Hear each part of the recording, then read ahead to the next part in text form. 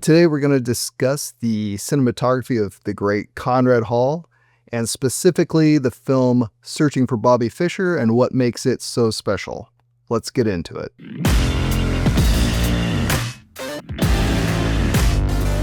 Searching for Bobby Fischer came out in 1993, shot by the great Conrad Hall. It's a story about a young boy from middle-class family in New York City. He has a talent for playing chess, and everybody around him refers him to as a Bobby Fischer, who is one of the best chess players in the world. Character Josh just wants to be a boy. All the adults around him are pushing him to be like Bobby Fischer. The only person that doesn't is his mom, played by Joan Allen. So the story is shot in a way that there's a lot of walls, and we're looking through openings like doorways. Also on the exteriors, you'll see this like chain link fence between the camera and the characters. All this is pointing to this separation that Josh is feeling. Conrad uses natural looking light to light the entire movie. So that's a little bit about the movie. Let's take a look at some shots, stills from the movie, and analyze those. First up, we have this shot of Josh here running away through this the family room, and you can see here we're shooting through this wall here and this door, and you only see this little bit, and that's what I was talking about, the enclosure, like how separate he feels. But notice this bright area right here. I had the opportunity to talk to Conrad Hall somewhere in the early 2000s. He passed away in 2003. I was able to go to the ASC clubhouse. They had an open house, and you could go and just talk to ASC members. If you ever get an opportunity to do that, you should really do that. It was amazing. But I asked Conrad about Searching for Bobby Fischer and how overexposed the highlights were. And he told me, he laughed and he said they were about 6 stops over exposure, those highlights. So he was like pushing the film envelope, but it still looks natural. And I'll show some examples later of actual sunlight hitting and what the exposures are. If you notice this area right here, that's way overexposed. That's like, I don't think that is 6 stops over, but it's reaching probably 4 stops over. And then down in this area, it's pretty dark. I would say the difference between the highlight here and the shadow is 6 stops. Okay, this is a shot I wanted to talk about, because this is one that I talked to Conrad about. And he did confirm that these pool of lights here, which were created by, like an HMI par, were like 6 stops over, he said. So the lights coming down here, hitting the ground, and then bouncing up and lighting Josh's face, as well as his pants and shoes, and this girl. It's lighting all this area as well as this wall here. And he's done the same thing behind this wall with another light, creating this pool, doing the same thing, bouncing up and lighting this whole wall here. And he just keeps doing that to create depth. And he does another one back here. You can see part of it there. It looks like he shot a unit from behind this wall somewhere up into the ceiling to create this highlight there, which is going to bounce back down a little bit, but I think it's mainly for separating these arches. And then he's got another one in the very back here and the back wall. to separate that. Otherwise it'd just go black. But I love how he treats this as like sunlight coming in through a window somewhere over here maybe. And the sun just comes in, bounces off the floor, and lights the subject. And I can demo that for you right now in my living room. Yeah, so this is what Conrad is doing, using a single source.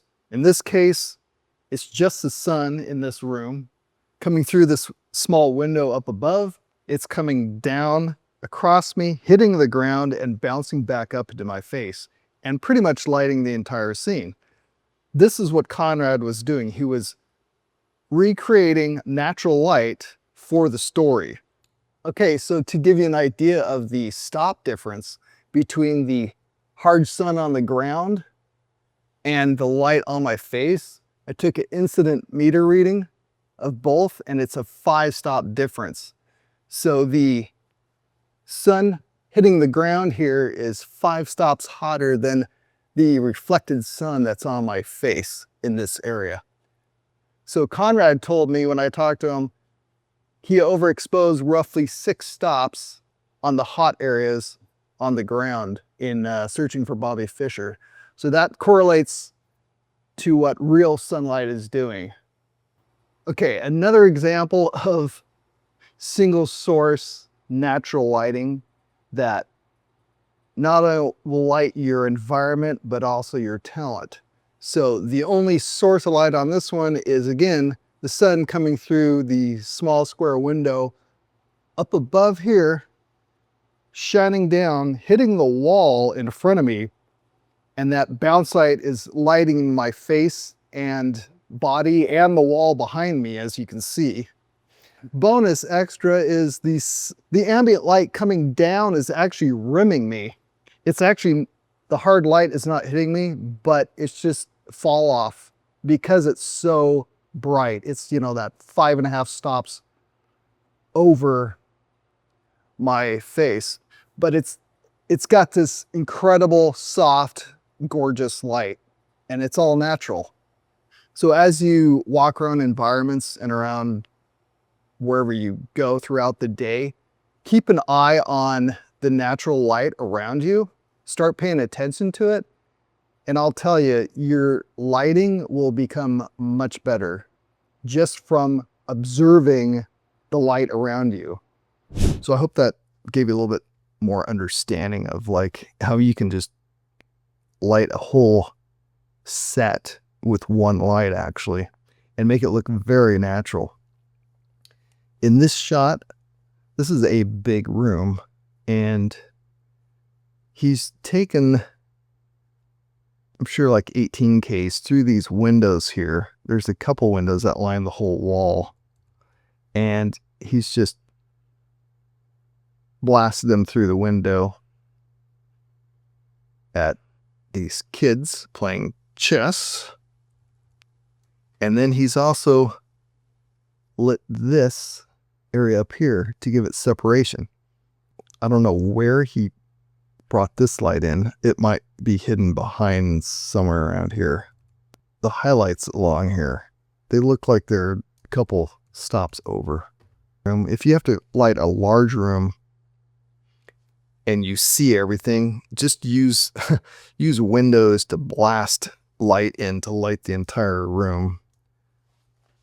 It's a great way. It looks natural, and it's somewhat quicker than bringing in a bunch of grip gear and rigging the whole room.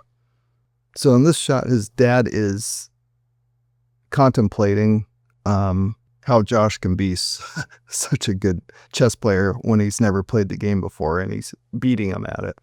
But this is an interesting shot because we got like this really bright edge light coming in here, which is also this, it's coming from this direction. It's also lighting this chair. And this light is, I'm sure, 6 stops over, but it looks extremely natural. And I'm sure the light bouncing off the front of this white toy, whatever it is, robot, is reflecting some into his face here.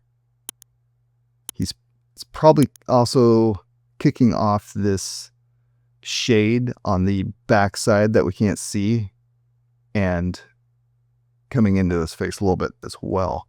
So Conrad's using a lot of bounce, using a hot light down below the actor and letting it naturally bounce and light their faces. And you'll see in some more of these examples how that's really evident. But he's got this nice, softer face light here, and then he comes in through the window with this very bright light shining and hitting this wall and just making it go nuclear. Once again, he loves playing with the extreme contrast, but it works so well because it's so natural. So Josh is here with his chess master, who's played by Ben Kingsley, and he just taught him a hard lesson, and he hit the pawn off the chess table there onto the floor, and Josh looks over at it. You can see Josh's face is lit by a bounce, which is coming from this hot source on the ground right here. Probably, I can't tell, but probably bouncing from this direction, bouncing up and lighting Josh here. Once again, a bounce, single source here. It looks like there's another one behind him right there. But this source right here is lighting Josh and a little bit of Ben. There's a lot of great atmosphere in this shot. I'm sure they used a hazer to haze up this back area back here. Anyway, another great shot, low angle, really emphasizing the depth and the contrast, lighting contrast. Okay, this shot is right after the last shot. Josh is sitting there staring at the table, empty. He's supposed to be visualizing the moves and the game in his head, so there's no pieces on the table. Now, this is interesting because I've seen Robert Richardson do this a lot. You have a scene with a table with people sitting around it, which is pretty natural. Robert will take a huge light, pin spot it straight in the middle of the table and let the table just go. I mean, we're talking like 6, 7 stops. I mean, it's just like there's no detail in it. Create this pool of light on top of the table and let that bounce back up into the actor's face wherever they are around the table. And that's the key light. That's how he lights it. Robert does that all the time. And Conrad here is doing the same thing with this pool of light right here. It's a little overexposed. I can still see detail in the table. I would say it's a couple stops overexposed. Doesn't look like it's 6 stops overexposed, but it's a couple. And it's just doing a soft light onto Josh's face there. He really took some liberty in lighting this because it looks like there is a light down below near the ground shooting up to Ben's face. Because if you look at the shadow on his nose, it's straight across here. So it's probably this angle like this. Somewhere around there. And the chess pieces are being lit this direction from down below, as well as underneath the table here. But yeah, he blows out the window behind him. So it's light, dark, and then light again, which is what you want to do. You want to do this light, dark across the shot to give it character and drama and contrast. All right, so Josh I think he's taking a bath in the bathroom, and his dad is sitting here having a discussion with him. What's interesting about this is that Conrad doesn't, he doesn't light his face here. Instead, he lights his shoulder and arm with a pretty bright light and let that light his face, which is really interesting because, I think most people would say, oh, we need to, put a light over here on his face, light his face so we can see it. But Conrad doesn't do that. Instead, he lights his shoulder, and he's wearing a white shirt, which he knows he's going to reflect up into his face here. It's great. It's soft light. He's lit on this side, then he's dark on this side of his face, his shadow side, and then he lights the wall again. So it's this light, dark, light scenario again. Oh, another thing I wanted to say about this is here's this door that's in the shot that we're shooting through. It's not as prominent as the other shots where it was like almost half the frame. There was a wall or a door, but it's still present. It's symbolizing that reluctance of Josh to go forward with playing chess. Okay, I want you guys to look at the composition in this shot. It's pretty amazing. You've got these chess tables here, some chairs, another table over here. It's very dark on purpose. Then you've got a fireplace, and way over on the other side of the frame, very small, you've got Josh and Ben, barely visible right here at this chest. I mean, there's a wall right here blocking them, and they're shoved off on this side of the frame. Really gives a sense of distance, loneliness, really. I think Josh is feeling unsure of himself, and so they put him really small in the frame. I mean, the size of the frame compared to Josh's head is like, it's so small in the frame. And he's just got looks like just one source coming through the window this direction, lighting the whole thing. And Conrad just lets the room over here just fall off really dark. Another great shot. Another example of these shooting through doorways.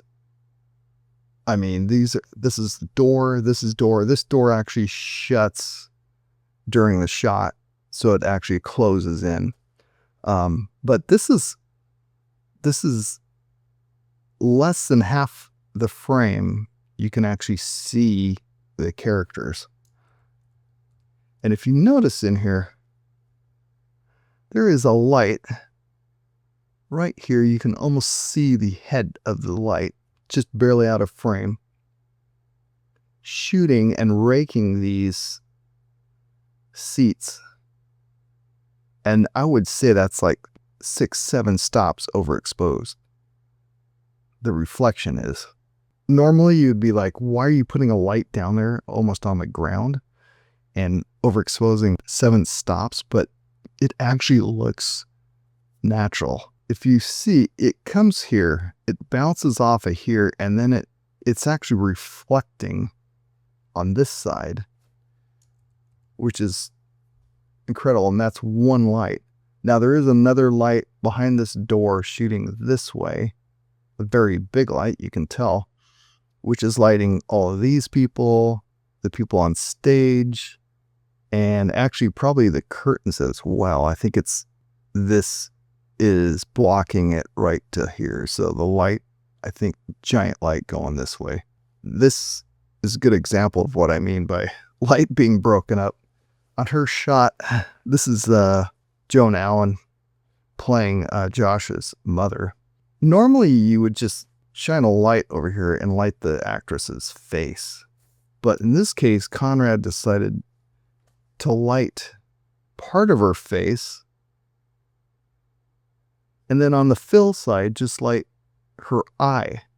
You notice it's lit here, put the bottom part of her face. I won't get too distracted here with the drawing. You notice the bottom half of her face and her neck are in shadow, but her eye, which is the window to the soul, is lit with a catch light, if you notice there, in the eye. So he's using very specific lighting. In other words, he's aiming that light at a very specific place. And actually, if she doesn't hit her marks, this shot won't work because her eye won't be lit if she's farther back or forward. So she's got to hit her mark for the lighting to work on this.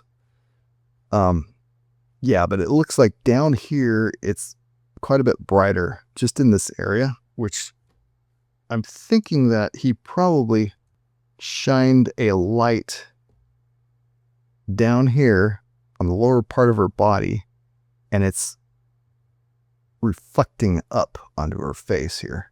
He definitely brought in a light and lit her eye here. And that's what I was saying about, like, it almost looks like he's taking light and punching it through a broken mirror and adjusting the mirror to a specific place. Or he's using data lights, which are very small lights, and pinpointing them exactly where he wants them to go. But I mean, it's a brilliant looking shot. And then you've got this lighter area behind her because you've got light, dark, and light. You want to do that light, dark thing. This is the reverse shot. She's talking to Ben. He's letting him have it because she's like, you don't treat my son that way. So it's kind of an intense scene. So this is his reverse. Got a little teeny bit of a door jamb right here, lit pretty brightly. Interesting that it's just a sliver. They didn't like frame that out, but they left it. Interesting. Looks like the stairways is just whatever ambient light is bouncing around the set. Here he is lighting the bottom half of the actors again. Very bright. Right here. That's a hard light punching his chest and letting the light bounce up and light Ben's face. And then this side is lit probably with a bounce on this side.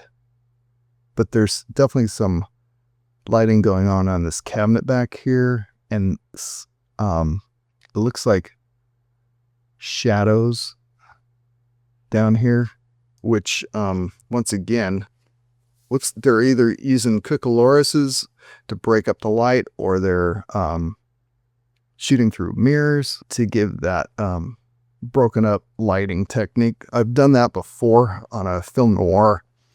I lit the whole film with broken mirrors. It worked really good. It's harder to control. It takes longer because you've got all these little mirrors you've got to put on C-stands and like move them and make sure they don't move once you set them. I don't know if they did that or if they just did cuckolorises, but it's a great technique to break up the lighting. Otherwise, it's just flat. Like this is it's a white cabinet. So if you just didn't break that up and just lit it, it would be kind of just white. It wouldn't be very interesting. This really breaks it up and makes some interest out of the background. But yeah, I love how Conrad just overexposed his chest and let that be the light that reflects up into his face to light his face. And by the way, if you like Roger Deakins' work, you should like Conrad Hall's, because Conrad was Roger's mentor. So another great shot. This is, I would say, a bounce from down here somewhere, bouncing up into Joe's face. Nice soft light, just letting it wrap around. And I'm guessing he didn't use any fill. He just, whatever was in the room, ambient light to light his ear. But he, once again, it's got great catch light in his eyes. You got to make sure your actor's got those catch lights. Make him look alive. All right, this is Josh at his big tournament, the final game. So it's kind of intense, interesting choice here with this really overexposed wall that Conrad chose to light and rake. Anytime you rake something from back to front like that, it's gonna come across as brighter, and it'll be even more overexposed than if you just let it straight on. And if the camera angle is straight on, it's not going to be as intense. But when you rake something like that, it really makes it intense. I mean, like this highlight right here on the back of his chair, that's because the light's coming from this direction and raking it. And it's going to be way more overexposed than if you just shoot it straight on. Great that this area right here is so overexposed. But it's right next to Josh's dark shirt and dark foreground, and it gives a great contrast between the two. And I'm guessing this light here continues to wrap this direction and reflects back up into Josh's face, because this is pretty soft. So it's lighting him. He just lets the fill side fall where it may. And then he's got this backlight coming this way, which is creating this rim light here, as well as the hair light right here from just that. He lit this shot with one light. It is possible. And it looks natural. It looks like sunlight coming through a window back here, hitting this wall and just lighting up the face. Great. Good stuff. This is the reverse of that shot we just saw. Josh's opponent. Another one of those very specific lighting where Conrad just lit his eye, part of his hair here. I mean, that's basically what he lit. You can see it starts falling off right here down, just a hair, just a little bit. He doesn't light this side of his face or eye, just this eye, just this area, and hard lights his white shirt and arm, which helps reflect some light into the bottom of his face. This, however, I believe is hard light. It looks like it. But the bottom part, I think, and part of this side of his face is being lit by his shirt on this side. So hard light coming in here. I think it's flagged off of this little area. It's interesting that a lot of these actors are wearing white. We were always taught, make sure your actor doesn't wear white because you don't want you to blow out. Well, in this case, they did want their shirts to blow out and become a reflector. So they're actually using wardrobe as their lighting, because the light's hitting their white wardrobe and bouncing back up and lighting their faces. And that was a conscious decision. That's why you got to get together with your wardrobe people, costumers, and go over what you're trying to achieve in your story so you can get the right color. I mean, a lot of times you're not going to want white, so you're going to want them to have more like earth tones. But sometimes, like in this case, they actually wanted white for the shirts, so it would reflect. It was part of the lighting scheme, part of telling the story. All right, on this sucker, this is a good shot, good example of that whole lighting on the floor and letting it bounce up and light the actors. So we've got a hard light down here, and it's, I'm sure, hitting the floor as well as their pants and bouncing up and giving them that soft directional fill on all 4 of these actors. Now, I believe there's another one coming off screen here that's hitting her, because this right here probably wasn't the right angle. It was great for these 3 actors, but I think she probably needed another one, it looks like. But the main light, their key light, is coming from a bounce on the bottom shooting up, which is amazing. There's another light over here by the door giving Ben a rim right there, as well as Joe's face right here. And oh yeah, Lawrence Fishburne is in this too. Lawrence is being lit by this, I'm sure, the same light that's coming this direction. You're basically lighting the actors with 2 lights. A hard light bouncing off the floor, bouncing up, lighting her face, and a backlight.